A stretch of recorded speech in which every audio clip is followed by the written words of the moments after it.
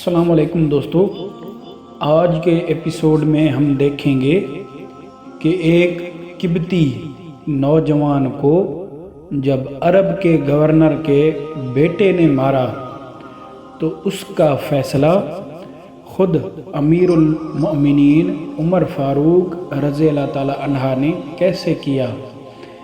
یہ واقعہ دنیا کو دکھا گیا کہ اسلام میں لال سفید عرب اجمی کسی کا رنگ، خاندان یا پدوی حق سے اوپر نہیں۔ مصری ایجپٹ کا بازار ایک قبطی یعنی غیر مسلم مصری جوان گھوڑے کی دوڑ لگا رہا تھا، ساتھ ہی گورنر عمر بن عاص کا بیٹا بھی دوڑ میں تھا۔ دوڑ قبطی جیت گیا، گورنر کا بیٹا بگڑ گیا۔ میں امیر کا بیٹا ہوں، تو مجھ سے آگے کیسے نکل گیا؟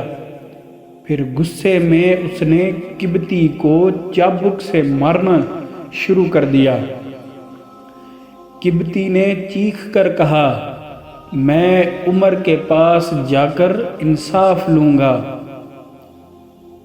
واقعہ سن کر یہ غیر مسلم سیدھا مدینہ آیا، دربار عمر رضی اللہ تعالی عنہ میں کھڑا ہوا۔ امیر المؤمنین، آپ کے گورنر کے بیٹے نے مجھے ناحق مارا، صرف اس لیے کہ میں اس سے دوڑ جیت گیا۔ عمر رضی اللہ تعالی عنہ کا چہرہ سخت ہو گیا، ترنت حکم دیا عمر بن عاص کو بھی بلایا جائے اور اس کے بیٹے کو بھی۔ گورنر اور اس کا بیٹا مدینہ پہنچ گئے۔ عمر رضی اللہ تعالی عنہ نے چابک قبطی کے ہاتھ میں دیا، مارو بالکل اسی طرح جیسے اس نے تمہیں مارا تھا۔ دربار میں سناٹا چھا گیا۔ قبطی نے گورنر کے بیٹے کو وہیں مار لگائی۔ عمر رضی اللہ تعالی عنہ نے کہا، اور امیر کے بیٹے کو کس نے بگاڑا؟ اس کے باپ کو بھی مارو۔ قبطی حیران رہ گیا۔ امیر المؤمنین، میں نے اس نے نہیں، صرف بیٹے نے مارا تھا۔